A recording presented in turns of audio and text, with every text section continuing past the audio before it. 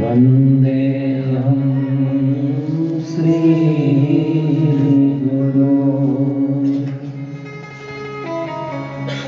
श्रीयुतपदकमलम्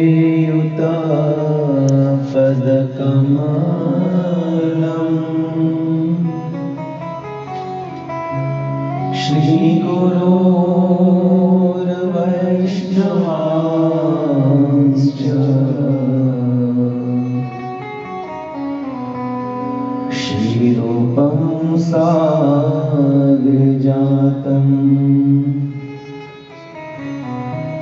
सहगणरघुनाथं वितं तं सजीवम् साद्वैतं सावधूतं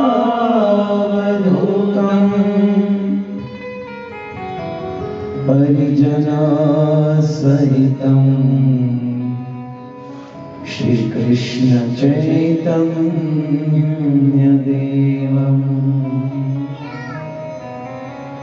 श्रीराधा कृष्णपादा सहगणललिता श्री विशाखान्वितं च हरे कृष्णा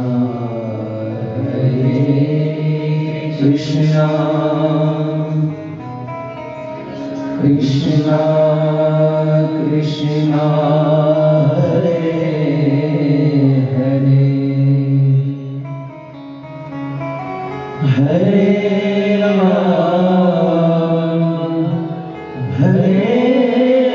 राम राम राम हरे हरे। आइए हम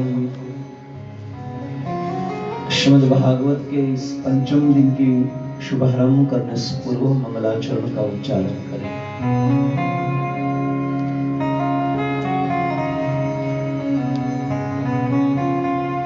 ओम नमो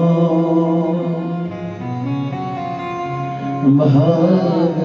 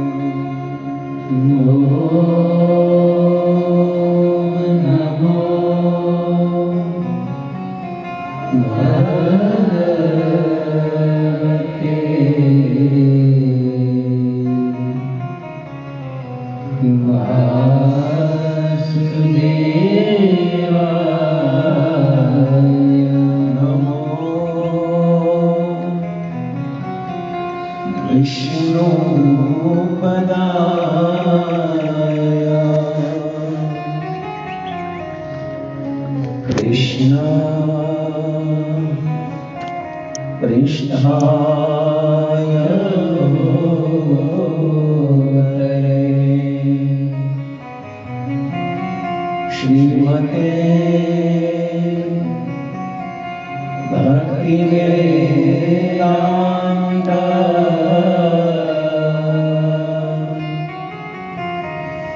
स्वामी इति नामिने। नमस्ते सरस्वती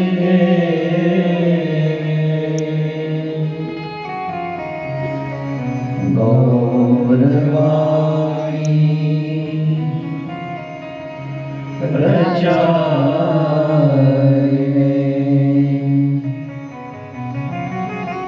निर्विशेष शून्यवादी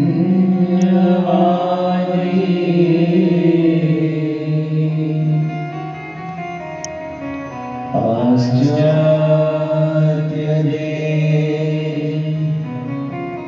शताय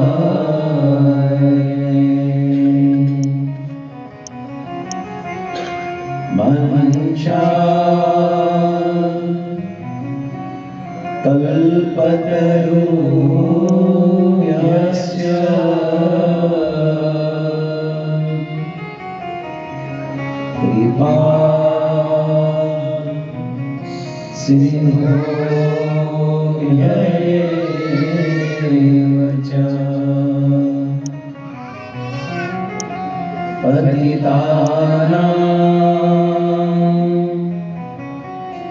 पावनेभ्यो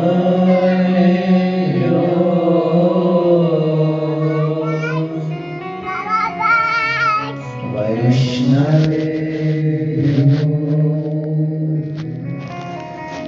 नमो नमः। जय श्री कृष्ण चैतन्य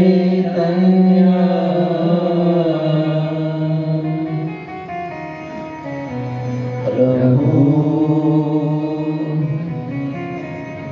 नित्यानंद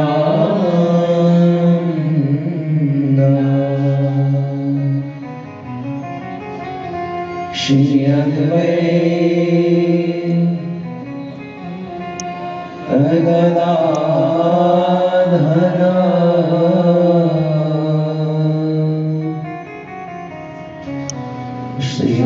श्रीवासादि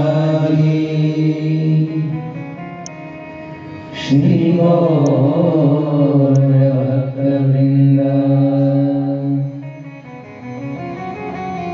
हरे कृष्णा हरे कृष्णा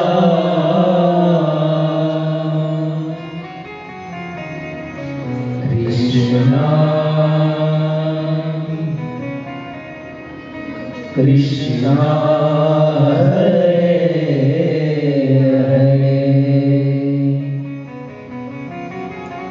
हरे राम हरे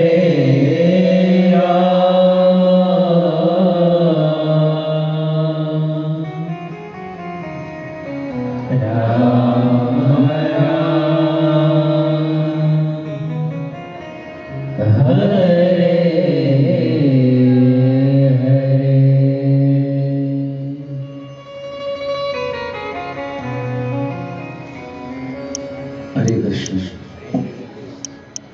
हरे कृष्ण।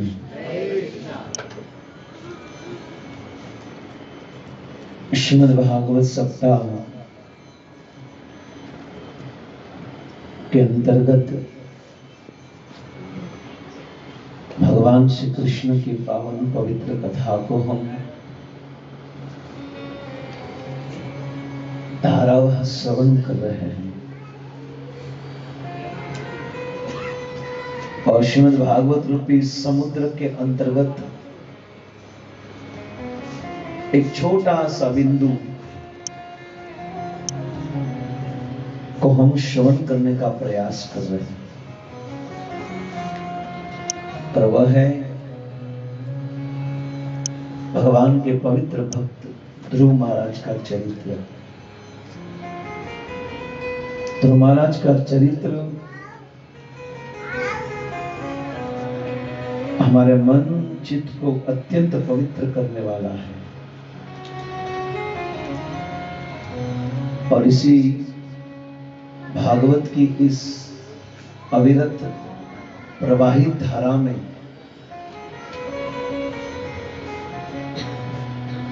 हम पंचम दिवस पर पहुंचे हैं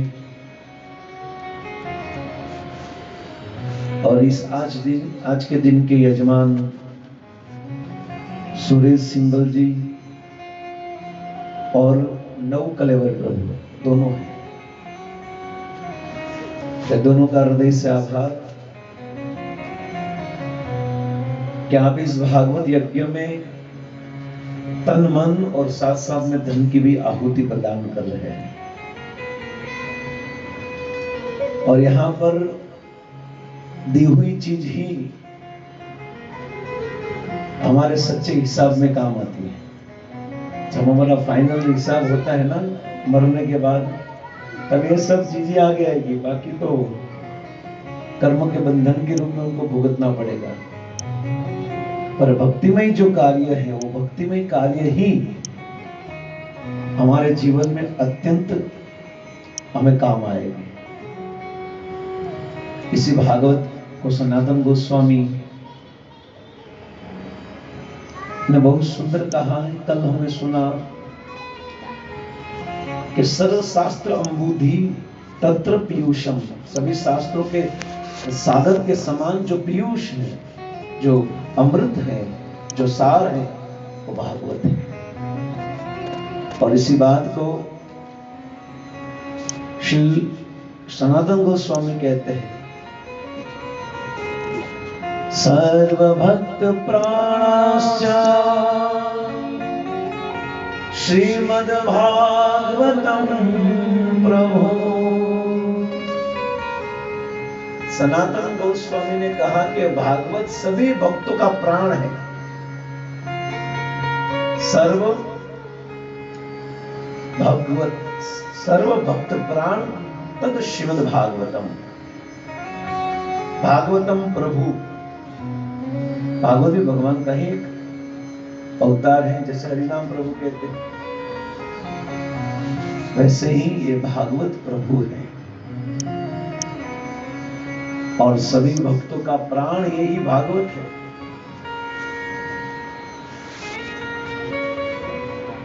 जैसे शरीर प्राण वायु पर टिका हुआ है, श्वास पर टिका हुआ है, वैसे भजन करने वाले साधक का प्राण श्रीमद् भागवत है। इसलिए भागवत ऐसा ग्रंथ है जिस ग्रंथ का श्रवण करते क्या होगा?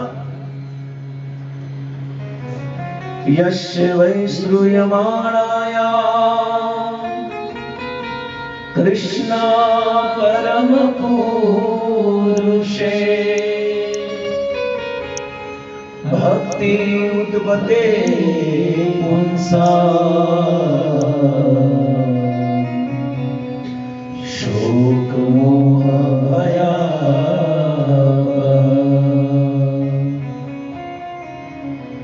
हमारे जीवन में भूतकाल का शोक, वर्तमान का मोह और भविष्य का भय होता है। हम सबका जीवन एक 3 काल के अंतर्गत होता है।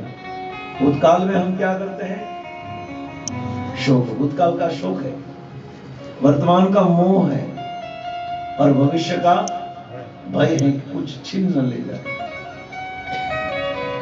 पर भय तो उनको है, भय तो उनको होना चाहिए जो खुद का है, पर हमारा खुद का तो कोई है नहीं, तो किसका भय? इसलिए निर्भय होना है तो किसका चरण लेना पड़ेगा? भजहु रे मन श्री नंदन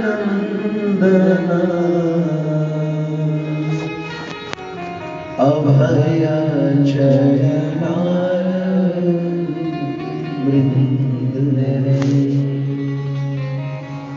अभय चरणार, यानी भगवान के चरण कमल जो अभय देने वाले हैं और उसी भगवान को पूर्ण रूप से समझाने वाले अभय चरण देवी है श्री प्रभुपाद जी। भगवान कृष्ण को तत्व से समझाने वाले श्री प्रभुपाद जी।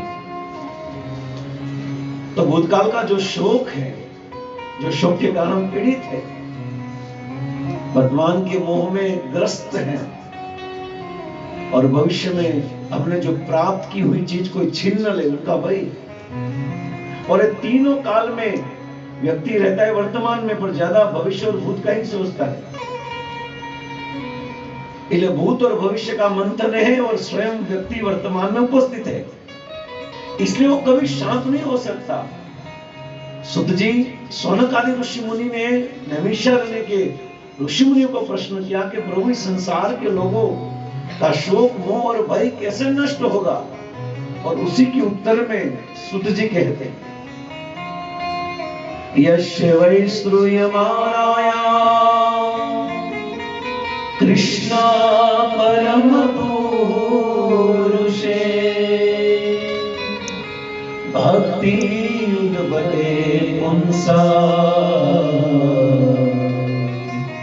शोक मोह भया। तीनों कष्ट, तीनों ताप, त्रिविध ताप नष्ट करने के लिए हमारे पास एक ही साधन है। क्या है? यस्य वै श्रूयमाणायाम कृष्ण परम पुरुषे श्रूय यानी सुनना है। कैसे सुनना है? प्रभुपाद जी ने कहते, जब हम प्रवचन शुरू करते तो मंगलाचरण में गाते हैं कि नित्यम भागवत। कैसे, कितना सुनना है? नित्य सुनना है। और भागवत भी बताते हैं, पद्म पुराण भी बताते हैं, सदा सेव्या श्रीमद् भागवती कथा, यस्य श्रवण मात्रेण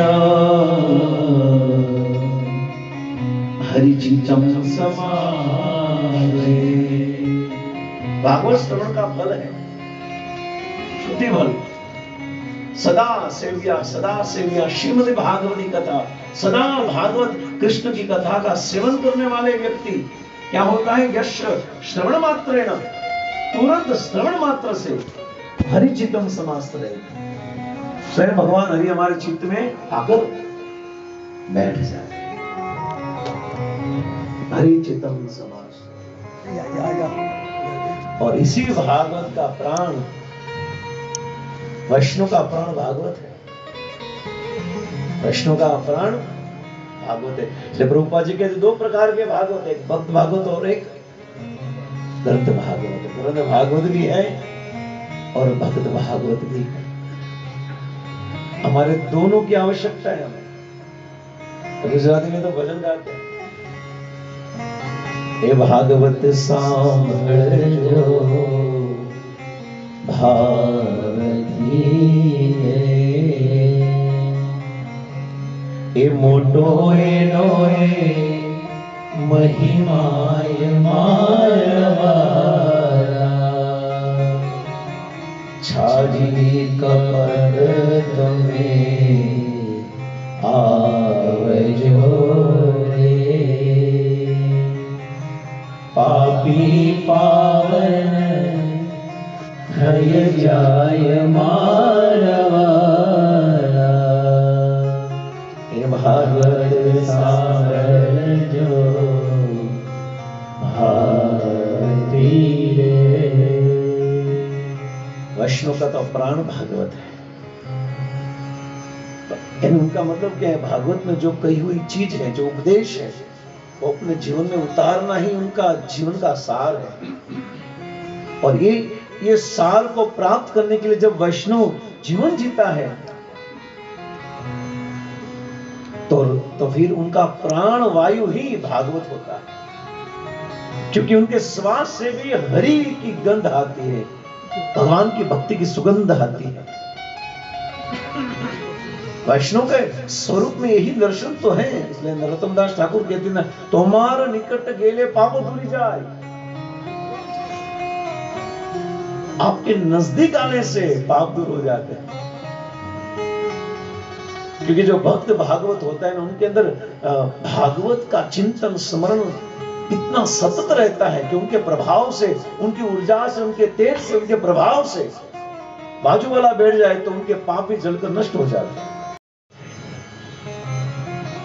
इसलिए श्रील प्रभुपाद जी ने प्रतिदिन भागवत को सुनने के लिए कहा है। नित्यम भागवत सेवा। 7 दिन की कथा नहीं है। अगर हमारे जीवन में 7 दिन की व्यथा है तो 7 दिन की कथा है, पर हमारे पूरे जीवन की व्यथा है, इसलिए भागवत भी पूरे जीवन की ही।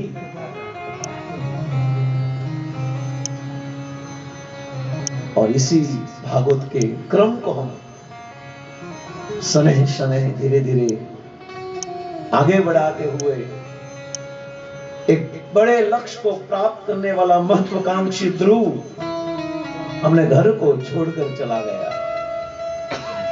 मैत्रेय उवाच, और इसी सीन को देखकर मैत्रेय ने कहा, एवं संजल्पितं मातुः कन्यायां गमं वचः, संयम आत्मनात्मनं निष्कृताः पितुपुरा। है विदुर, जब माता सुनीति के पास अद्भुत वचन को सुना उपदेश को सुना और तुरंत ही निकल गए। सुनीति का काम हमारे जीवन में शिक्षा गुरु का होता है।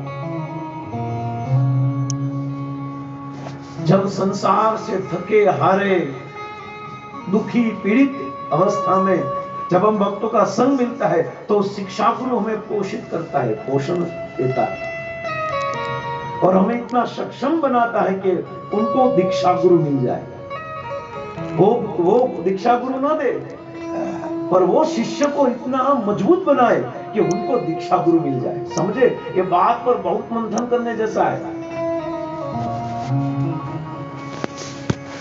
शिक्षा गुरु उनके आश्रित शिष्य को, जो नव दीक्षित शिष्य है, नया नया आया है, उनको इतना प्रौढ़ बनाए, उनको इतना सक्षम बनाए कि उनके वजन से, उनके भाव से, उनकी साधना से, उनकी लालसा से गुरु अपने आप सामने आ जाए।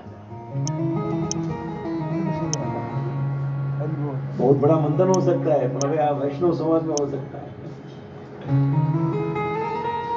इसलिए शिक्षा गुरु के रूप में सुनीति का सबसे बड़ा रोल है। हमारे जीवन में भी शिक्षा गुरु का बहुत बड़ा रोल है। उससे पहले भी पथ प्रदर्शक गुरु सुरुचि जो है वो ध्रुव महाराज की पथ प्रदर्शक गुरु है ना। किसी न किसी ने जब हमको छोड़ दिया ना तो हम आते हैं भजन भक्ति में, यानी वो हमारे रास्ता, अगर वो नहीं होते, अगर सुरुचि इतना नहीं डालती तो ध्रुव को सुनीति के पास से जो गहरा उपदेश वो नहीं मिलता। जब कोई रास्ता नहीं दिखाता तब तक शिक्षा गुरु नहीं मिलते। और शिक्षा गुरु की जब उनके आदेश एकदम परफेक्ट होते हैं, उपदेश जो गुरु साधु और शास्त्र से जुड़े हुए हैं, अपने आप और शिष्य को गुरु सामने से मिलते हैं। और यहां पर मैत्रेय जी यही बात कह रहे हैं। तो महाराज ने सुनीति के पास आदेश वस्तुतः एज इट इज उपदेश को सुना और उनकी मनोवांछित इच्छा को पूर्ण करने के लिए सुनीति मात्र निमित्त थी। शिक्षा गुरु निमित्त होता है कृष्ण के पास पहुंचाने के लिए या दीक्षा गुरु के पास पहुंचाने के लिए निमित्त होता है, तो निमित्त थी। परंतु ध्रुव के अंदर दृढ़ संकल्प था, ये सबसे बड़ी बात है। शिक्षा गुरु तो सबको समान रूप से शिक्षा देते हैं, पर शिक्षा लेने वाले जो शिष्य है उनका दृढ़ संकल्प कैसा है, उन पर डिपेंड होता है। गुरु का आश्रय मिलना, गुरु की कृपा को मिलना, दृढ़ संकल्प। और यही शिक्षा गुरु चित्त के सभी समस्या का समाधान भी करता है। हमारे अंदर का जो समस्या है ना, उनका समाधान भी बहुत ध्यान से करता है। यहां पर ध्रुव महाराज की यही स्थिति थी कि सुनीति ने जो उपदेश दिया वो उपदेश दो प्रकार का था। एक तो ध्रुव महाराज के अंदर जो चित्त के अंदर जो समस्या थी उनकी समाधान का रास्ता दिखा दिया, और उस रास्ते में चलने के लिए ध्रुव दृढ़ बन गए, प्रभु मजबूत बन गए। खाली हम सब सुनते तो है शिक्षा गुरु के बाद, पर दृढ़ नहीं बनते। फिर भी हमारे अंदर शंकाएं चली रहती है, समाधान नहीं होता। सबसे बड़ा समाधान ब्रह्म मुहूर्त में भक्तों के साथ बैठकर जप करना ना, अपने आप सभी प्रश्न का समाधान मिल जाएगा। सभी प्रश्न का समाधान, ये सबसे बड़ा श्रेष्ठ कार्य है भक्ति में। माला करना अच्छा कार्य, देश जप करना अच्छा कार्य, पर भक्तों के संग में और ब्रह्म मुहूर्त में भगवान का नाम जप करना, ये बहुत बहुत बड़ी बात है। और दृढ़ संकल्प के साथ, विश्वास के साथ समाधान अपने आप आ जाएगा। ढूंढने के लिए जाना नहीं पड़ेगा, समाधान अपने आप मिल जाता है। बस शिक्षा गुरु का अद्भुत रोल। श्रील प्रभुपाद जी कहते हैं कि यहां पर सूचित किया जाता है कि ध्रुव महाराज ने अपने पिता की राजधानी छोड़ दी, यानी घर छोड़ दिया, और राजा था वो धनबाद राजा था, राजकुमार, कोई सामान्य पोस्ट नहीं थी, बहुत बड़ा लेवल था। આપણે 40-50 હજાર રૂપિયા પગાર હોય તોય દુઃખ લાગે, ક્યાં જવું? कार्तिकમાં યાત્રામાં ઘરમાં રહ્યો, वन में जाने के लिए डर लग रहा है, भक्तों के संग में जाने में डर लग रहा है, अगर साधु बन जाएंगे तो। और यहाँ पर ध्रुव महाराज ने अपने पिता की राजधानी को छोड़ दिया और एकांत में जाकर एकांत मार्ग में चले गए, एकांत स्थान में चले गए। और श्रुति फल भी बताया गया है मैत्रेय जी ने जो श्लोक बोले उनके तात्पर्य में, कि प्रहलाद महाराज ने भी यही उपदेश, यही प्रहलाद महाराज का भी यही उपदेश है कि मन की शांति चाहने वाले को गृहस्थ जीवन में समस्त कलमश से मुक्त होकर वन में जाकर भगवान का भजन करना चाहिए। गतवनम हरिमाश्रयेत, अपने पिता हिरण्यकश्यप को उपदेश दिया था, और 1 साल पहले हमने यहां से उपदेश दिया था। वो प्रहलाद यहां था, ध्रुव यहां है, हम कहाँ है वो भी देखना है। बहुत सुंदर श्री प्रभुपाद जी ने तात्पर्य लिखा। गौड़ीय मध्व संप्रदाय के लिए यह वन वृंदावन सबसे बड़ा, वहां कल हम थोड़ा रुके थे। प्रभुपाद जी ने हर मंदिर को क्या बना दिया है? वृंदावन बना दिया। और वृंदावन में भी अनेक वन है, वैसे अनेक, हमारे सूरत में भी अनेक सेंटर है, केंद्र है, वो अलग अलग वन है, और वृंदावन गई इससे। पर हम जिस वन में फिट हो जाए, जहां पर हमारा मन लग जाए, वहां सेवा करें। बाकी ये तो सब वृंदावन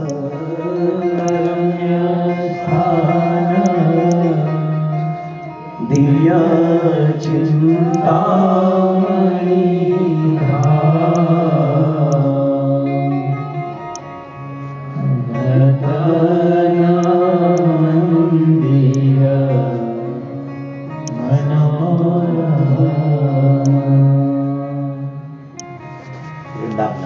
श्री प्रभुपाद जी ने हर केंद्र को, हर मंदिर को क्या बना दिया है? और जैसे ही ध्रुव महाराज दौड़े, कुछ लिए बिना, कुछ भागे बिना, अगर हम जा रहे तो सबसे, अगर हम यहाँ से भागे, हमें भी मान लो कथा सुनकर वैराग्य आ जाए, यहाँ बैठे बैठे, कभी संभव नहीं है, फिर भी संभव हो जाए, तो जैसे ही वहां पहुंचेगे ना दरवाजे पर, ये मेरा मोबाइल मोबाइल मोबाइल वापस आ गया। आओ આપણો વૈરાગ્ય છે, રીંગણા બટેટા જેવું। वैराग्य खाली कहने वाला है, पर ये अच्छी बात है। ये सब कुछ छोड़कर 1, 1.5, 2 घंटा बैठकर कथा सुनना है, वैराग्य ही है, समझ लो, सबसे बड़ा त्याग ही है, कोई छोटी चीज है नहीं। इतने 2 घंटे के लिए, 3 घंटे के लिए कम से कम हम भगवान, हमारा चित्त भगवान में तो लगा रहे, यही भक्ति। ध्रुव महाराज कुछ लिए बिना भागे, घर को छोड़कर, पिताजी के घर को छोड़ दिया, दास दासियों को छोड़ दिया, ऐश्वर्य वैभव को सब कुछ छोड़कर चले गए। कहां पर? वन में गए।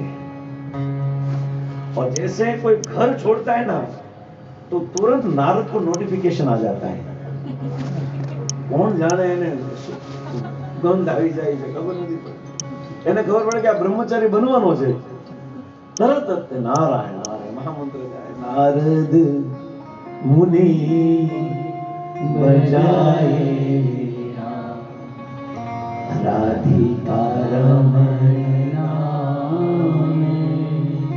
वीणा बजाते हुए राधिका रमन, राधा रमन, राधा रमन कहते हुए नारद जी निकलते। जैसे उनको मालूम हुआ, यानी उनको, उनके पास पूरा मैप है, सीसी कैमरा है। आप ब्रह्मांड में कोई भी व्यक्ति अगर त्याग करना चाहता है, यानी घर छोड़ा, यानी नारद तुरंत ही उनके पास चले गए, और यहाँ पर तुरंत आया, तुरंत मैत्रेय यहाँ पर बता रहे विदुर जी को, नारदं तदुपाकर्ण्यं ज्ञात्वा तस्य विकीर्षितं स्पृष्टामृतघ्नेनं पाणिना प्राहवेश्मिता। जैसे ही नारद मुनि ने सुना, नारद तद उपम कर्मियों, जैसे ही नारद ने सुना, ये ध्रुव महाराज ने अपने सर्व कार्यकलाप को छोड़कर, कार्यकलाप को जानकर वे चकित रह गए। पहली बात तो जैसे ही नारद ने सुना कि ध्रुव महाराज ने सब कुछ छोड़ दिया, तो पहले तो ये देखा कि ध्रुव महाराज ने अपने सभी कार्यकलापों को जानकर, ध्रुव महाराज के सभी कार्य को जानकर आश्चर्यचकित हो गए और उनके सिर को अपने पुण्यवर्धक हाथ से स्पर्श करते हुए इस प्रकार बोले। छोटा सा 5 साल का बच्चा, सोचो तो जरा, मोबाइल की गेम में से बाहर निकलकर भजन करने वाला कौन ऐसा लड़का होगा कलयुग में? वो गेम पबजी कान्जी रामजी रमतो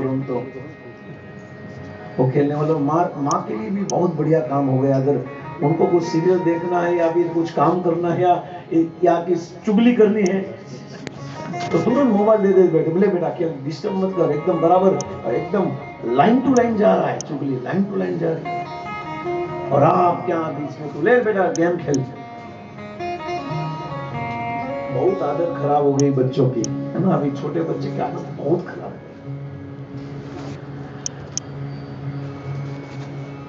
स्पृष्टामृध्यन्धेनं पाणिनां प्राणवीहितः, पाणिनां मेरे हाथ, मूर्धनि धनी यानी सिर। ध्रुव महाराज को देखकर, ध्रुव महाराज के इस कार्यों को देखकर, इस कार्यकलाप को देखकर कि 5 साल का लड़का इतना वैराग्य आ गया, ये घर बार छोड़ दिया, इनको देखकर पहले तो बहुत आश्चर्यचकित हुआ कि नहीं हो सकता।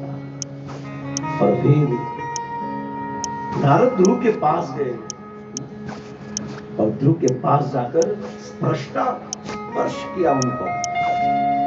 अदम्येनम, जो समस्त पापों को भगाने वाले, पाणिनाम, नारद जी के हाथ को कहा है कि उनके हाथ में इतनी ताकत है कि अगर हाथ किसी के सिर पर पड़ जाए तो समस्त पापों को दूर करने वाले। यहाँ पर शब्द आया है अदम्येन, अघ यानी पाप, धेन नष्ट करने वाले जो हाथ है, पाणिनाम, ध्रुव महाराज के सिर पर, और सिर पर जैसे हाथ रखा और हाथ ध्रुव महाराज ने तो कोई खबर नहीं थी क्या कौन है, हाथ रखा, जैसे हाथ रखा तो बोला आप कौन है, चुटली वाला इतना बड़ा, और देख कर ही बोला बेटा अहो तेजम क्षत्रियाणां मान भंगम रोष्यताम् बालोऽयं हृदाधते यस्मात्पुरसरुच। देख कर ही कहा वाह, क्षत्रिय था ना, तेज था इनके अंदर, क्षत्रिय के अंदर तेज रहता है। ब्राह्मण सब वर्ण का पालन करने वाले, जो वर्णाश्रम धर्म का पालन करने वाले हैं, अगर वो प्रामाणिक रूप से अपने वर्ण और अपने आश्रम का पालन करते तो उनके अंदर अपने आप तेज आ जाता है। ब्राह्मण अपना कार्य करे, क्षत्रिय अपना कार्य करे, वैश्य अपना कार्य करे, शूद्र अपना कार्य करे प्रामाणिकता से, तो तेज अपने आप आ जाएगा। ब्यूटी पार्लर जाने जरूर न पड़े, अपने आप जिम में जाने जरूर न पड़े। क्षत्रिय का बल स्वाभाविक है, जिम में जैन बॉडी न बनावे। इसलिए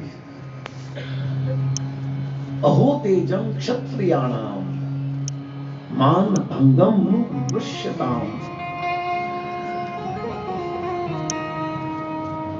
वाह, क्षत्रिय का तेज कितना तेजोमय होता है, क्षत्रिय कितने तेजोमय होते, उनका कितना प्रभाव होता है, उनकी इतनी शक्ति रहती है, शूरवीरता रहती है। ये देखा तो नारद ने सोचा कि ठीक है, पर मैं उनका मान भंग नहीं कर सकता, उनको एक मान लगा है, यानी उनको एक इच्छा हुई है और मैं उनकी इच्छा को तोड़ नहीं सकता। क्षत्रिय की जो इच्छा प्रबल होती है, यानी वो एक बार चला गया तो फिर वापस उनको पकड़ना बहुत मुश्किल है। ध्रुव महाराज का मान था कि मुझे भगवान को प्राप्त करना है, मुझे भगवान को प्राप्त करना है, और अपनी जो इच्छा है वो भगवान को बतानी है। ये उनकी मान थी। मान लीला अभी भी चल रही है मानगढ़ में, बरसाना में जो 4 गढ़ है उनमें से मानगढ़ है, दानगढ़ है, विलासगढ़। जो 4 गढ़ है उनमें से एक मानगढ़ है। वहां वर्तमान समय में भी अभी भी भगवान राधा और कृष्ण की नित्य लीला चलती है, जिनको कहते हैं मान लीला। तो यहाँ पर ध्रुव को भी मान हुआ था। मान सबको होता है, ऐसा नहीं राधा रानी को होता है, पुरुष को भी होता है। ध्रुव ने क्यों मान? पर क्या, कौन सा मान था? भगवान को प्राप्त करने का। परंतु भगवान को प्राप्त करने के बाद उनके अंदर मनोवांछित इच्छा थी, कुछ इच्छा थी। तो नारद ने सोचा कि मैं इनका मान भंग नहीं कर सकता, मैं इनके मान को भंग नहीं कर सकता। इसलिए जरा सोच, उन्होंने सोचा कि उन्होंने सोचा कि कितना छोटा सा बालक है और गया है दौड़ने के लिए, वन में आया। क्यों गया है, क्यों भागा है? अपने सौतेली माता के कटु वचन जो इतना भयंकर था, इतना असह्य था, जिनको सहन करना बहुत मुश्किल था, ऐसे कटु वचन जो असह्य थे वो सहन नहीं कर सका, इसलिए उन्होंने घर छोड़ दिया। तो ये विचार आ जाइए, उसको सोचने जैसी। माता प्रतिदिन अपने पुत्रों को डांटती है, कोई भागा हमारा पुत्र? नहीं माँ, तेरे कटु वचन मेरे हृदय पर घायल हो गया, मैं जा रहा हूं, मैं जा रहा हूं। माँ को भी मालूम है ये कहां भी नहीं जाएगा, पिता को मालूम है कहां नहीं जाए, घूम फिर कर वो नया जवान हो जाए, पास कहां दौड़ेगा। आप सोचो, एक बार ट्राई भी करो, आप एक बार ट्राई भी करो, घर छोड़कर थोड़ा अकेले में रहो और पैसे मत लो। खाली ऐसे जैसे साधु जीवन व्यतीत करते हैं ना, ऐसे जीवन व्यतीत करने का प्रयास करो। यानी जिनके पास ज्यादा धन संपत्ति है ना, उनको तो ये करना ही चाहिए। अभिमान अपने आप टूट जाएगा, क्योंकि बड़े बनने के बाद सबसे बड़ी बाधा अभिमान होती है। वो हर पोस्ट में रहती है, धन में है, मान में है, सम्मान में है, पद प्रतिष्ठा, ये सब में बड़ी बात है। तो क्या करो, जब ये सब मिले ना, तो एक बार सब कुछ छोड़कर चले जाओ, एक हफ्ते के लिए अपने आप को सामान्य व्यक्ति समझकर। आपका अहंकार चूर चूर हो जाएगा। मैं थोड़े महीने पहले एक बॉम्बे के बहुत बड़े व्यापारी थे, उनको मिलने के लिए गए, उनके साथ मीटिंग। बहुत बड़े व्यापारी, नामचीन है। तो उन्होंने मुझे कहा कि मेरे पास बहुत है, बहुत यानी अनलिमिटेड है, उनको भी मालूम नहीं, पर मेरे अंदर अभिमान ना आए, इसलिए मैंने एक बार 100 की नोट लेकर एक हफ्ता बाहर चला गया, खाली 100 रुपया, और वो भी इमरजेंसी में यूज करना था। कहां भी यूज करेंगे तो गड़बड़ हो जाएगी। बहुत भूख लगा था, एक केले वाले की दुकान के पास 2 घंटा खड़ा रहा, कुछ दिन, और फिर सब खत्म होने के बाद बोला चेपाई गेला हो ना, रिजेक्शन, वो मैंने खाया। मेरा अभिमान चूर चूर हो गया। और ये होना ही चाहिए। हम जो हमारा दासत्व का भाव प्रतिक्षण अगर हमारे जीवन में हमें प्रस्तुत करना है, तो हमें प्रतिदिन हमारे अहंकार को तोड़ना पड़ेगा। बड़ा नहीं, हमारा स्वामित्व का भाव बढ़ जाएगा, हम अपने मूल स्वभाव से नीचे गिर जाएंगे। और हमारा मूल स्वभाव क्या है? जीवेरे स्वरूप होय नौकर दास ही हमारा आइडेंटिटी है, यही हमारी पहचान है। और इस पहचान को संभालने के लिए हो सके उतना अपने अभिमान को तोड़ो। और अभिमान को तभी तोड़ सकते हो आप जब अपने पद को छोड़ सकते। बहुत आनंद आता है, बहुत कथा करते हो, पर कभी कभी सुनने के लिए भी बैठना चाहिए। बहुत अभिमान आ जाएगा, ऐसा नहीं, बहुत कथा करोगे ना तो फिर सुनने की आदत चली जाएगी। ऐसा नहीं है कि जो पैसे वाले उन पर ही अभिमान आता है। हाँ, प्रवचन करने वाले, सेमिनार लेने वाले, कथा बोलने वाले में तो भयंकर अभिमान आ जाए।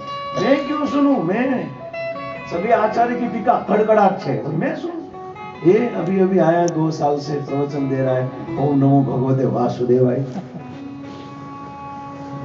सुनो, आप बैठो कि ऐसी भी अवस्था हो, इतनी बड़ी अवस्था हो, एक साधक, एक वैष्णव को अपने आप को दासत्व के लेवल से कभी भी एक दोहरावार, एक नख भर भी ऊपर उठने का प्रयास नहीं करना चाहिए। जितना हो सके उतना नीचे जाओ, क्योंकि साधक भजन में जितने अपने आप को निम्न नीचे समझेगा, वो ही उतना भगवान उनको उतना ऊपर समझेंगे। इसलिए यहां पर नारद जी ने ध्रुव महाराज को देखकर सबसे पहली बात, सबसे पहली शिक्षा, नारद उवाच नाधुनाप्याम पन्नम तेरे सम्मानं वापि पुत्रक लक्ष्यामं कुमारस्य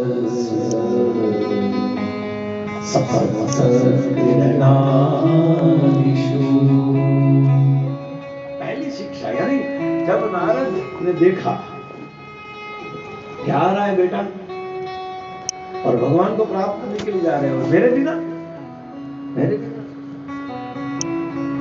रघुनाथ नित्यानंद की कृपा के बिना डायरेक्ट चैतन्य महाप्रभु के पास जाएगा। चोर थोड़ा मैं स्पर्श करा हूं, लंबा नहीं करा हूं कथा, और चैतन्य गाथा तो चैतन्य गाथा, डायरेक्ट जा रहे थे, गुरु के बिना जा रहा है डायरेक्ट, यानी प्रशिक्षण हो रहा है, साधु संग हो रहा है। इसका साधु संग हो रहा है,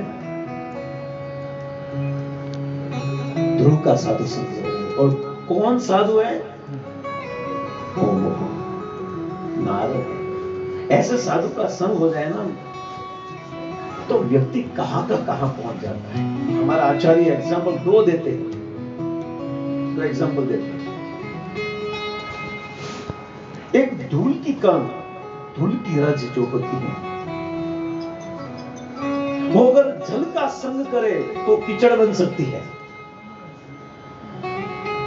अगर धूल की कण जल का संग करे तो कीचड़ भी बन सकती है, पर यही धूल की कण अगर हवा का संग करे तो भगवान के मुकुट में भी जा सकती है। तो दोनों संग पर आधारित है। अगर वो ऐसा संग करे तो कीचड़ बन सकता है, परंतु वो ऐसा संग करे तो भगवान के सिर पर भी बैठ सकता है।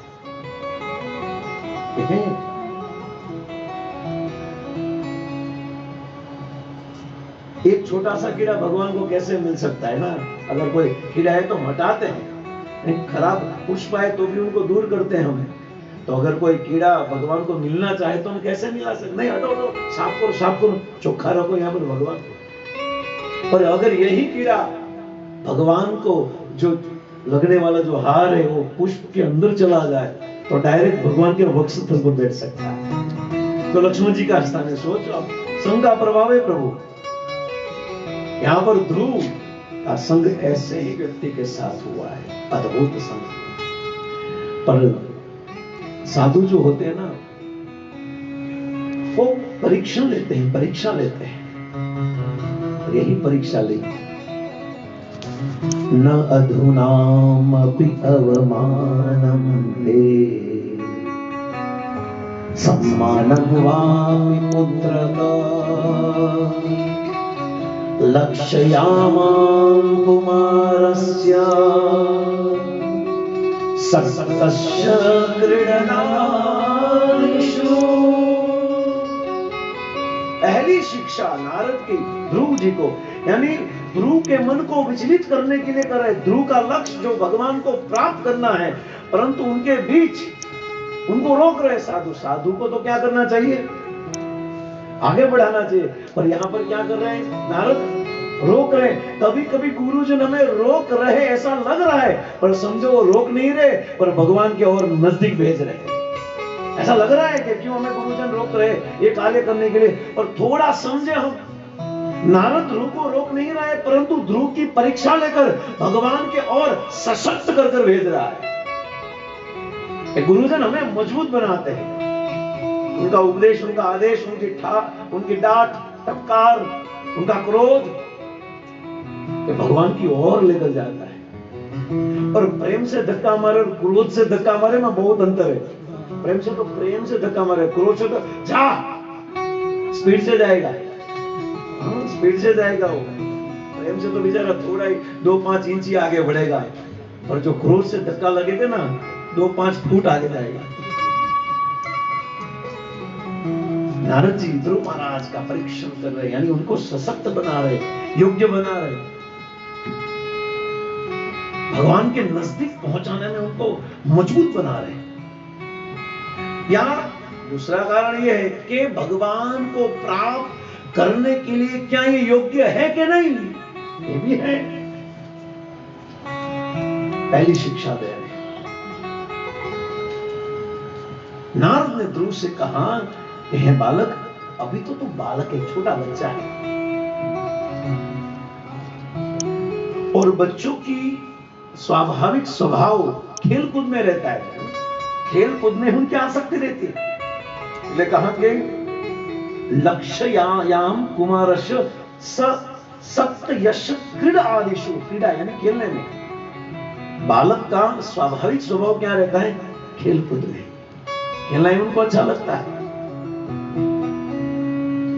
तो फिर बेटा, तेरी उम्र तो खेलने, कहने का तात्पर्य क्या है?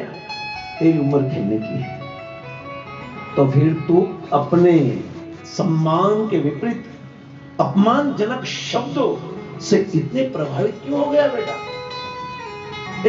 तेरे साथ कुछ लेना देना है ही नहीं शब्दों के साथ, तू क्यों इतना प्रभावित हो गया ऐसे शब्दों से? और तू सब छोड़कर वन में आ गया, पागल हो गया। यानी पहली परीक्षा लाए। प्रभुपाद जी ने बहुत सुंदर तात्पर्य लिखा है। सामान्य रूप से जब बच्चे को बदमाश या मूर्ख कहकर डांटा जाता है तो वो हंस देता है और इन शब्दों को गंभीरता पूर्वक स्वीकार नहीं करता है ना।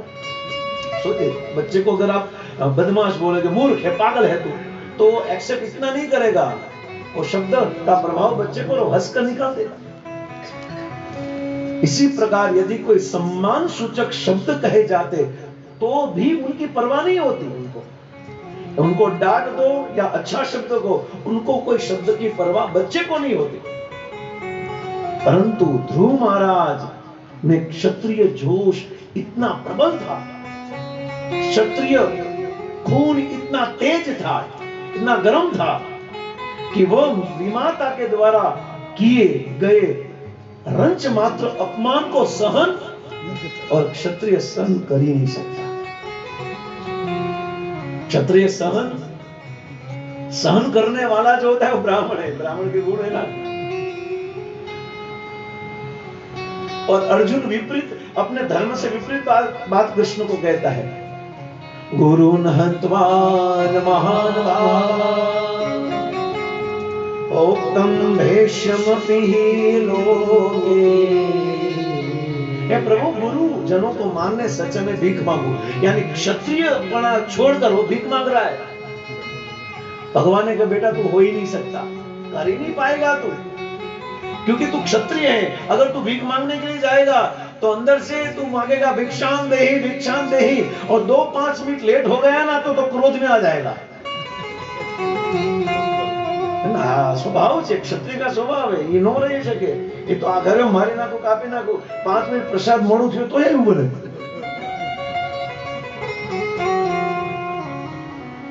होता है ब्राह्मण क्षमा दमन तप, ब्राह्मण का स्वभाव सहन करना है, क्षत्रिय सहन नहीं कर सकता। और यहाँ पर ध्रुव जो था वो सहन करने वाला नहीं था। अगर इनकी जगह पर कोई ब्राह्मण होता तो हाँ ठीक है, चलो कोई फर्क नहीं पड़ता, क्योंकि सहन करने की ताकत स्वाभाविक गुण से है ही इनके अंदर, ब्राह्मण के गुण में है ही, पर क्षत्रिय के अंदर ये गुण नहीं है। इसलिए क्या हुआ, एक विमाता के द्वारा कहे गए कटुवचन इतना, प्रभुपाद जी कहते हैं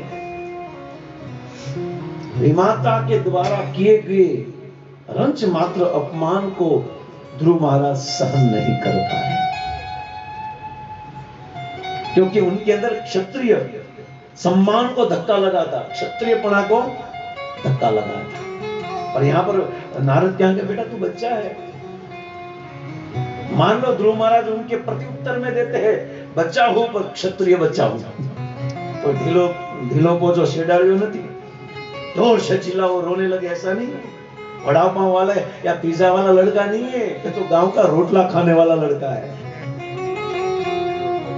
ना। पानी पूरी वाला थोड़ा है, वो थोड़ा जोर से बोल दोगे वो रोने लगेगा, ये तो मजबूत है। अगर गाड़ी टकराए ना तो गाड़ी को तकलीफ हो सकती है, खान पान इतना मजबूत है, कचरा वाला नहीं है, प्योर खाने वाला है। तो ये प्रत्युत्तर दे रहा है कि आप चिंता मत करो, मैं क्षत्रिय हूं और मैं सहन नहीं कर पाऊंगा। आपकी बात सही है, मैं बालक हूं पर बालक के अंदर जो खून दौड़ रहा है वो क्षत्रिय का, और क्षत्रिय कभी अपमान को सहन नहीं करता। मान लो नारद के एक तर्क का खंडन कर रहे हैं ध्रुव, यानी खंडन तो हमारे संत आचार्य कर रहे हैं, ध्रुव तो सुन रहे हैं, परंतु ध्रुव के हाव भाव को देखकर मान लो हमारे आचार्य गण नारद जी को उत्तर दे रहे कि भैया, नारद जी ने दूसरा तर्क किया, विकल्पे विद्यमाने नहीं संतोष है दवा, उनसो महमृते भिन्ना यत् लोके निज करहि। दूसरा परीक्षण हो रहा है, परीक्षा हो रही है। ध्रुव यदि तुम समझते हो कि आत्मसम्मान को ठेस पहुंचे, श्योर क्षत्रिय, तेरे क्षत्रिय को धक्का लगा है, तेरे क्षत्रिय स्वभाव को थोड़ी ठेस पहुंची, मैं समझ रहा हूं, तो भी तुम्हें संतुष्ट होने का कोई तो भी तुम्हें दुखी होने का कोई कारण है ही नहीं। भले तुम्हें ठोस लगी हो, तुम्हें विमाता के कटु वचन आपको अच्छे नहीं लगे, फिर भी आपको दुखी होने की जरूरत है ही नहीं, क्योंकि पुंसम मोहामृते भिन्ना यल्लोके निज कर्म भी। इस श्लोक में व्यक्ति निज कर्म के अनुसार जीवन जी रहा है, और कर्म का जो प्रतिफल का निरीक्षण करने वाले इस बहिरंगा शक्ति को चलाने वाली जो शक्ति है वो कौन है? पुंसमोमृते भिन्ना, भिन्न प्रकार की यानी माया शक्ति। इस प्रकार असंतोष, आपकी असंतुष्टता, आपका दुख माया का ही एक लक्षण है, अन्य लक्षण है। ये माया का ही प्रभाव है कि आप दुखी हो गए हो। ये माया के प्रभाव के कारण ही आपके क्षत्रियपना को एक ठोस पहुंची है। ये आपकी गलत नहीं है, परंतु ये बहिरंगा शक्ति जो माया है, ओ त्रिभी गुणमय भावे सर्वइदं जगत मोहितम न बीजानाति मामेभ्यम अहम अव्ययम। पूरा जगत भगवान के इस तीनों गुण से मोहित हो चुका है। तो मुझे लग रहा है कि तीन गुणों का प्रभाव, उनमें जो माया प्रबल है, माया के कारण तुम्हारे अंदर ये असंतोष प्रकट हो रहा है। पुंसम मोह वृत्ति भिन्ना, ये भिन्न स्वभाव आ रहा है तेरे अंदर। ये लोक के निज कर्म ही, प्रत्येक जीवात्मा अपने कर्म के अनुसार ही नियंत्रित रहता है। कोई भी व्यक्ति किसी व्यक्ति को दुखी नहीं कर सकता, कोई भी व्यक्ति किसी को पीड़ा नहीं दे सकता। व्यक्ति अपने निज कर्म से ही दुखी होता है। ये लोके निज कर्म भी, इस लोक में, इस जगत में व्यक्ति का दुख का कारण एक ही है कि उनका स्वभाव, उनका कर्म ही, कर्म से ही स्वभाव बनता है। कर्म के कारण दुखी है। और ये सुख और दुख को भुगतने के लिए भगवान ने अनेक प्रकार के शरीर दिए। इसलिए तुम चिंता मत करो। प्रभुपाद जी अंत में सुंदर सेंटेंस लिखते इस श्लोक में। प्रभुपाद जी कहते हैं उसे यह ज्ञात होना चाहिए, किसे?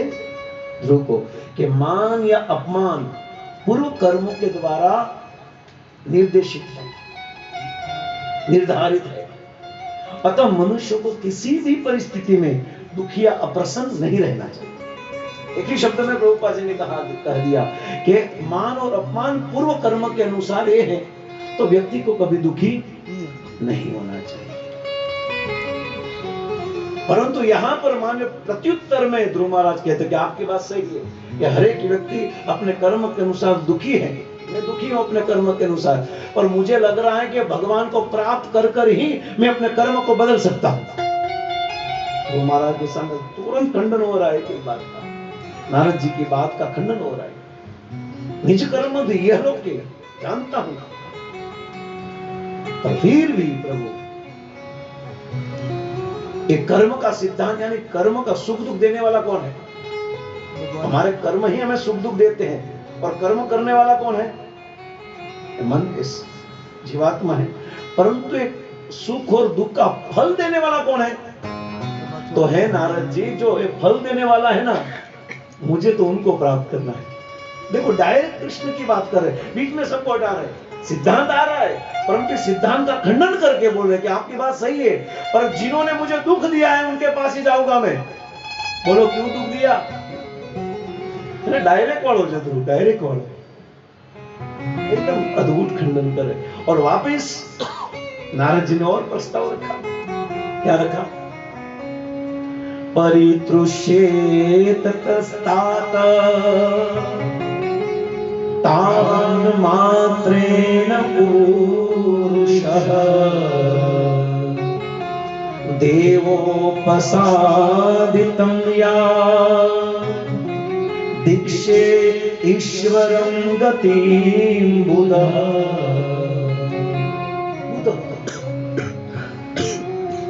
यानी ध्रुव, भगवान की गति बहुत विचित्र है, बड़ी विचित्र है।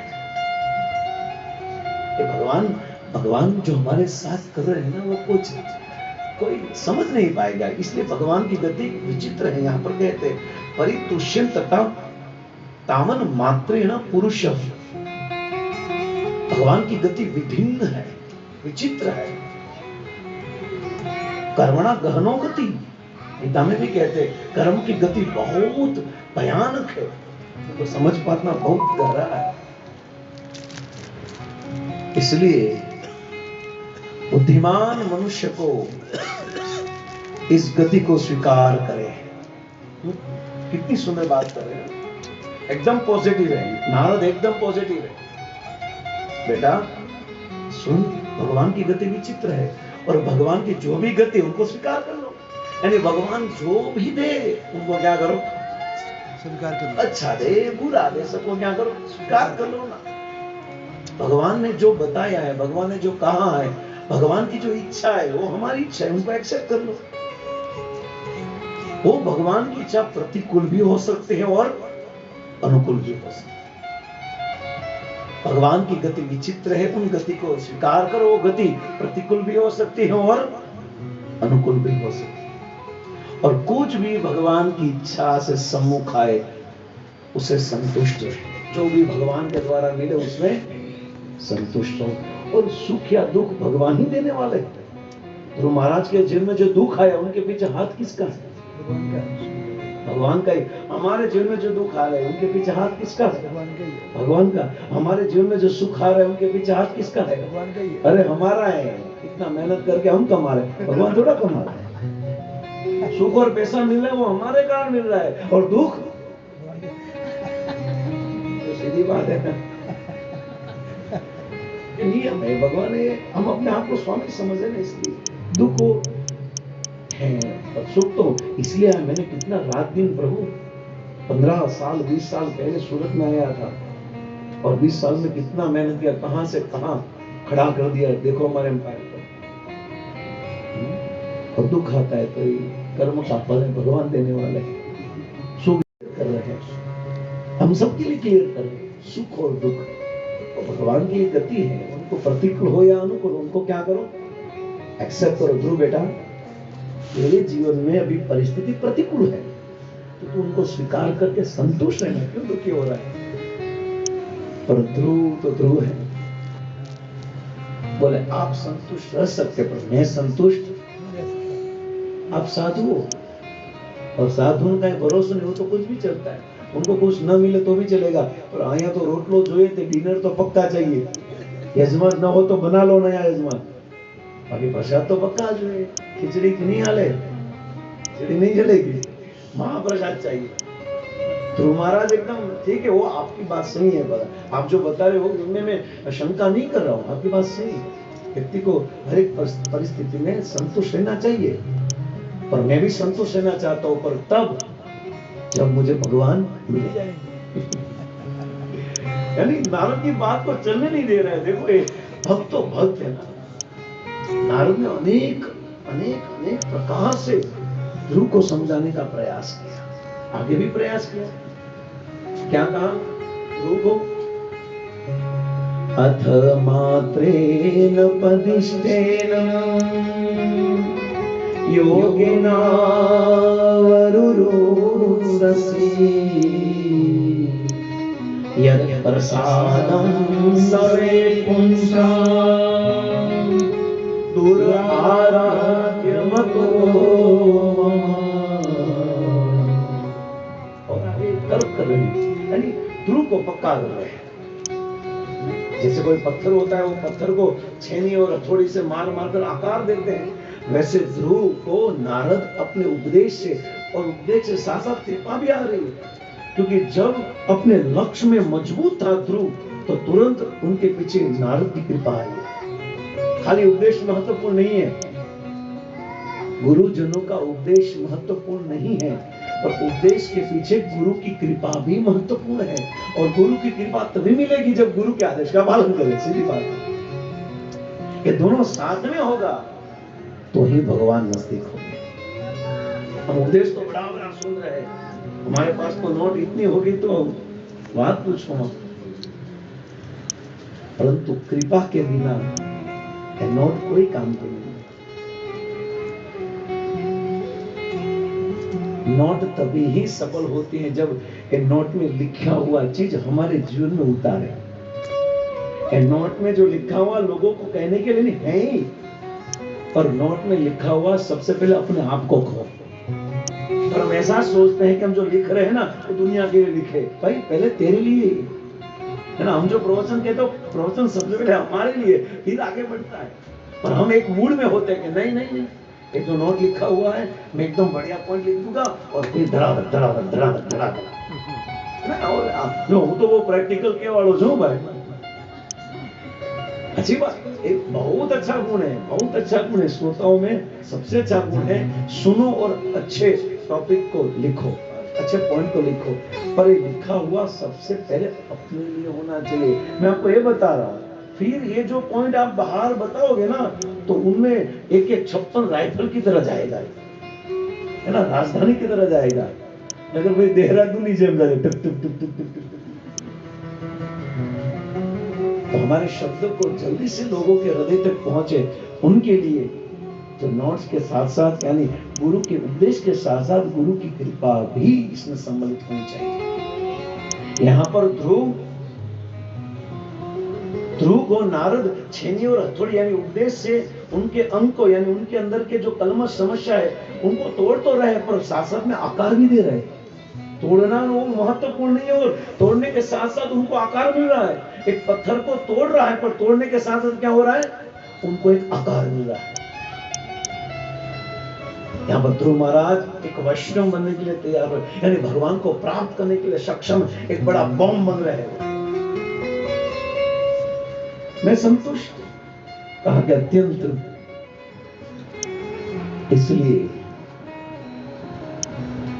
तो महाराज ने यहां पर कहा, अब तुमने अपनी माता के उपदेश से भगवान की कृपा को प्राप्त करने के लिए ध्यान की योग विधि विधान ध्यान करने का निश्चय कर लिया है, यानी भगवान को प्राप्त करने का निश्चय कर लिया है, लक्ष्य प्राप्त कर लिया। परंतु मेरे विचार से ऐसी तपस्या सामान्य व्यक्ति के लिए संभव नहीं है। ये जो भगवान को प्राप्त करने के लिए जो तपस्या करनी पड़ती है, बालक ये बहुत कठिन है, बहुत कठिन है। सावधान। ध्रुव ने को ले जो भाई, सामान्य व्यक्ति के लिए संभव नहीं है। भगवान को प्रसन्न कर पाना अत्यंत कठिन ही है। यानी भगवान को बहुत सुंदर उपदेश दे रहे हैं नारद ध्रुव जी को। ये इतना कठिन है, आप जो समझ रहे हो इतना इजी नहीं है। बेटा ऐसा मत सोच कि मैं माँ कटु वचन को प्राप्त कर लिया, मुझे भगवान को मिलना है, मैं जंगल में चला जाऊं। भगवान ऐसे नहीं मिलने वाले। भगवान कोई आलू बैंगन नहीं है, बिना बटेटा नहीं। आप जाओ मिल जाएंगे। कितने समय से आ रहे मैसेज गिफ्ट में, कभी देखा कि भगवान मेरे साथ बात कर रहे? नहीं। तो क्या तुरंत मिल जाएंगे? मन में जाने से क्या भगवान मिल जाएंगे? प्रश्न है, क्या वृंदावन जाने से भगवान मिल जाएंगे? नहीं। वृंदावन जाने से पूर्व हम अपने आप को सक्षम बनाए, ब्रजभूमि में वही पैर रखे जो भगवत प्रेम को, कृष्ण को अपने हृदय में अंदर अंदर डालने के लिए जो जा रहा है, भगवान को स्वीकार करने के लिए जा रहा है। तो घूमने वाला स्थान वृंदावन। वृंदावन तो प्रेम की भूमि है। वहां पर जाकर कृष्ण के प्रेम को चुराने के लिए जा रहे हैं। सबसे बड़ा चोर है, उनके घर चोरी करनी। समझो आप, अजय प्रसिद्धम तो छोटा चोर नहीं, उनके घर चोरी करने के लिए। हाँ, चोर के घर चोरी करनी है। चोर हुआ घंटी चोर, गुजराती माँ के। सोचे बहुत बड़ी बात है, जो सबसे बड़ा चोर है उनके घर चोरी करनी, यानी वो तो कितना सतर्क होगा। सोचो आप, एक्सपर्ट है वो चोर, उस चोर के घर चोरी करने के लिए जाना है, कितनी तैयारी करके जाना पड़ेगा। सोचो आप, ब्रज प्रेम यानी कृष्ण के प्रेम को चुराने के लिए ब्रज में जाना है। या उनके प्रेम को चुरा ले या कृष्ण में चुरा ले, बस दोनों में से करते। तो भगवान तो कभी हमें चुराएगी नहीं, ऐसा है नहीं हमारे अंदर कि भगवान हमें चुराए। पर हम प्रयास करके भगवान के अंदर जो सद्गुण है, भगवान की जो कृपा है, भगवत प्रेम है, थोड़ा हम उनको चुरा लें ब्रज में, क्योंकि भूमि का प्रभाव है इसलिए। ब्रजराज हमें ब्रज धूल बना दे। इसलिए बेटा, ये तपस्या करना अत्यंत कठिन है। ध्रुव महाराज प्रत्युत्तर ये है नहीं इसमें, आचार्य कहते हैं ठीक है प्रभु, नारद जी आपकी बात सही है कि भगवान को मिलना अत्यंत कठिन है। योग साधना के द्वारा, ध्यान योग के विधि विधान के पालन करके ध्यान से भगवान को प्राप्त करना बहुत कठिन है, मैं समझता हूं। पर नारद जी वो मुझे करना है, आपको तो नहीं करना है ना। मुझे कर, मैं देख लूंगा। कठिन है तो मेरे लिए ना, आप बता रहे हो कि कठिन रास्ता है पर चलना तो मुझे है। मैं तैयार हूं चलने के लिए, मैं तैयार हूं चलने के लिए। एक के बाद उत्तर आगे। कितना उपदेश, पांचवा उपदेश नारद जी दे रहे हैं ध्रुव महाराज को। क्या कहते हैं? अतो निवर्ततामेश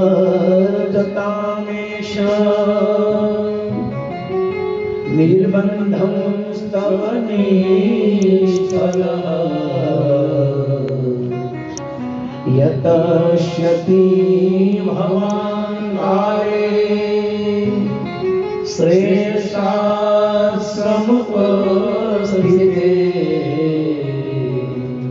इसलिए अतः इति अतः शब्द आता है, और इति शब्द, इति यानी जब शुरू करना है तब क्या शब्द आता है? इति। जब विष्णुदेव ने स्तुति शुरू की भगवान को तो कौन सा शब्द आया? इति मति रूपकल पिता विदृश्या भगवती सात्वत पुंगवे विभूमि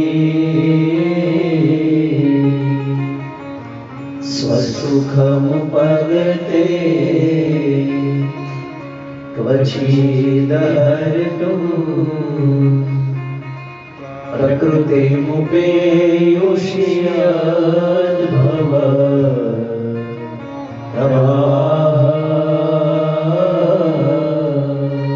इति। और इस स्तुति को अंत करने से अथो शब्द आता है। कुंती महारानी ने स्तुति की, अनेक स्तुति की कुंती महारानी पर। जब कुंती महारानी की अंतिम स्तुति में अथ विश्वेश विश्वात्मनम विश्वकेतो स्वकेशु मे इदं छिन्दीयतं छिन्दि न वृष्णेषु न पारुषे अथ विश्वात्मनम अथ विश्वेषु विश्वात्म स्वकेशु मे इमं छिन्दी पाशम वृष्णेषु पांडुषि। मांगा भगवान ने कहा क्या चाहिए तुझे? विपदः न संतु न शश्वत तत्र तत्र जगत गुरु, मुझे दुख चाहिए। तो भगवान ने कहा वो तो है ही आपके जीवन में, और कुछ मांगो देना पक्का दोगे तो हाँ दूंगा। है अथ अथ यानी खत्म करते हुए, बस मुझे ये चाहिए। अथ विश्वेश विश्वकेशु स्वकेशु में विश्व मूर्ति, भगवान को विश्वेश से बता रही है कुंती मारी। और क्या कहती? इमं छिन्दी, मेरे ग्रंथि को तोड़ दो, मेरी आसक्ति को तोड़ दो। मैंने जहां आसक्ति लगाई वहां तोड़ दो। तो कुंती ने कहा आसक्ति लगाई? लगाई नहीं है। फिर भी कहती है कि मेरा संबंध दोनों कुल से है, वृष्णिवंश से भी है और पांडु से भी है। यानी पांडु कुल से भी मेरी आसक्ति को तोड़ो, और वृष्णिवंश यानी कृष्ण के वंश में जो आसक्ति उनको भी तोड़ो। आप सोचो, इतनी बड़ी चीज मांग ली कुंती महाराज, भगवान प्रसन्न हो गए। उनके घर में तो भगवान के भक्ति है, फिर भी वो भी आसक्ति नहीं चाहिए मुझे, वो तोड़ो प्रभु, और मेरा मन आपके चरण कमल में अभिनिवेश कराओ। ये प्रार्थना अथ विश्वेश। और यहाँ पर यही शब्द है अतो निवर्ततामेश निर्बन्धं स्तवनीश्वर यतश्यति भवान् काले श्रेया समुपस्थिते। इसलिए है बालक, इतना प्रयत्न मत कर। यहां पर भगवान मिलने वाले नहीं है। एंड में कहा ना, इसलिए बड़ा शब्द किया होगा। तुझे सफलता मिलने वाली है, अच्छा है कि तू अपने घर वापस चला जा। और दुखी क्यों हो रहा है?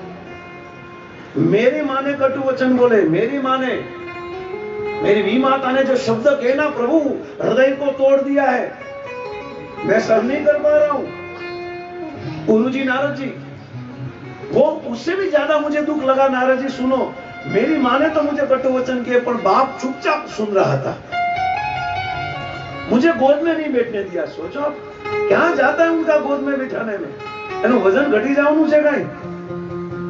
अरे हाथ में पकड़े तो गोद में बिठा ले, 1 सेकंड के लिए बिठा लिया होता तो मुझे कोई प्रॉब्लम नहीं है। माता ने कहा वो भी मैं सहन करता। अगर उत्तानपाद ने इतना कहा होता चुप कर 2 मिनट बैठने दे, तेरा भले नहीं पर मेरा तो है ना, इतना भी नहीं किया उत्तानपाद ने। यानी राज सिंहासन बैठकर पद की अभिमान तो देखो नारद जी कितना हो गया, मेरे बाप को अभिमान कितना हो गया कि गोद में नहीं बैठने दिया। नारद ने कहा बेटा शांत, ठंडो रे, पानी आपो ने, ठंडा रे तू, क्या ठंडा रू मैं? ऐसा थोड़ा बोलना चाहिए मुझे, मेरे पिता को तो बोलना चाहिए ना कुछ। गोद में नहीं बिठाया, मैं उनके पास इन्हीं पास 4-5 बीघा जगह मांगता था, गोद में तो बैठना मांग रहा। नारद जी तो नारद के बेटा चिंता मत कर, तेरा बाप जो है ना वो मेरा चेला है, मेरे डिसाइपल लिस्ट में देख उनका नाम होगा, यू नीचे ही होगा क्योंकि अल्फाबेट होगा इसके उत्तर पर। तो मेरा शिष्य है, 2 मिनट में आऊंगा और होगा एक बैठने दे, तुझे बैठने दे, बस यही प्रॉब्लम है ना तुझे, यही शंका, यही प्रॉब्लम है यार। पहले बोल देना चाहिए ना, इतना रो रहा है, इतना मना कर रहा है, तर्क कर रहा है, चल उत्तम बात को बोल देता हूँ, गोद में बिठा ले। तो महाराज ने कहा सॉरी नारद, अब वो गोद नहीं चाहिए, अब एक खोड़ो नो चाले भाई, एक बार जहां पर बैठने मना कर दी दूसरी बार नहीं चाहिए। क्या बात नारद के, अबे पक्का स्टैंप लगा दो इनको, 4 नियम, इनका इंटरव्यू हो गया, कल यज्ञ में बैठ जाना।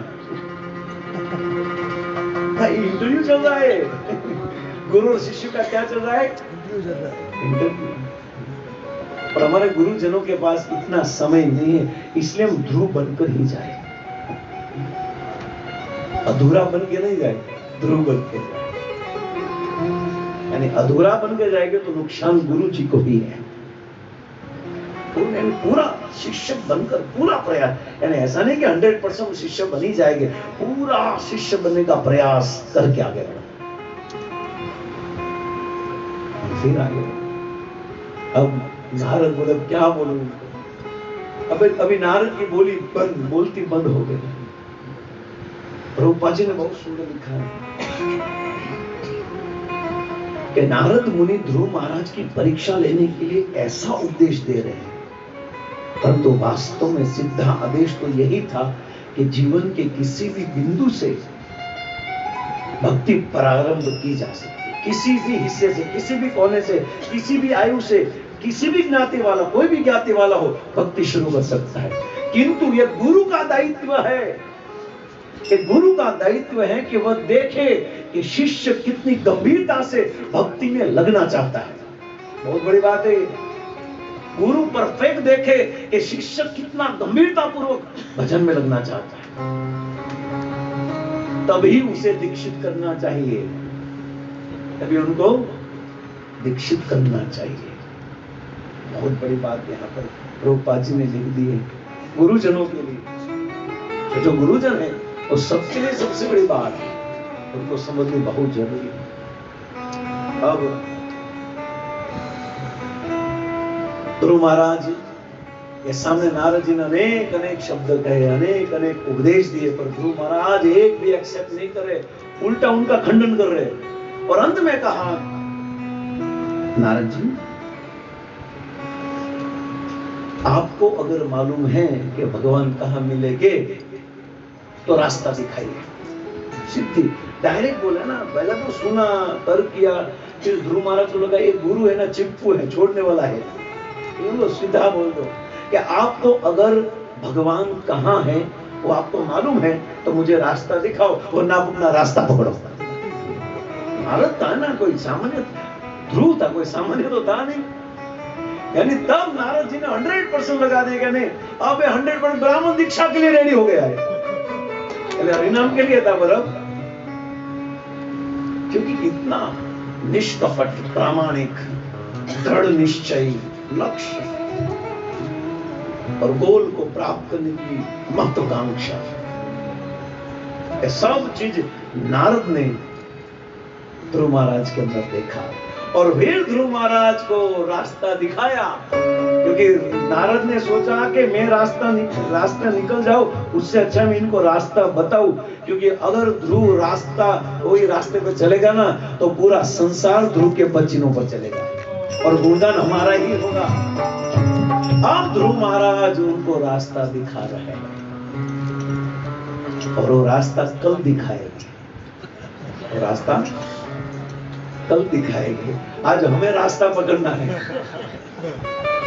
प्रसाद के लिए कोई आग्रह मत कीजिए, तो भगवान को भोग लग गया तो हम ध्रुव महाराज कौन सा रास्ता बताएंगे, आप सब जानते हो है ना एकदम।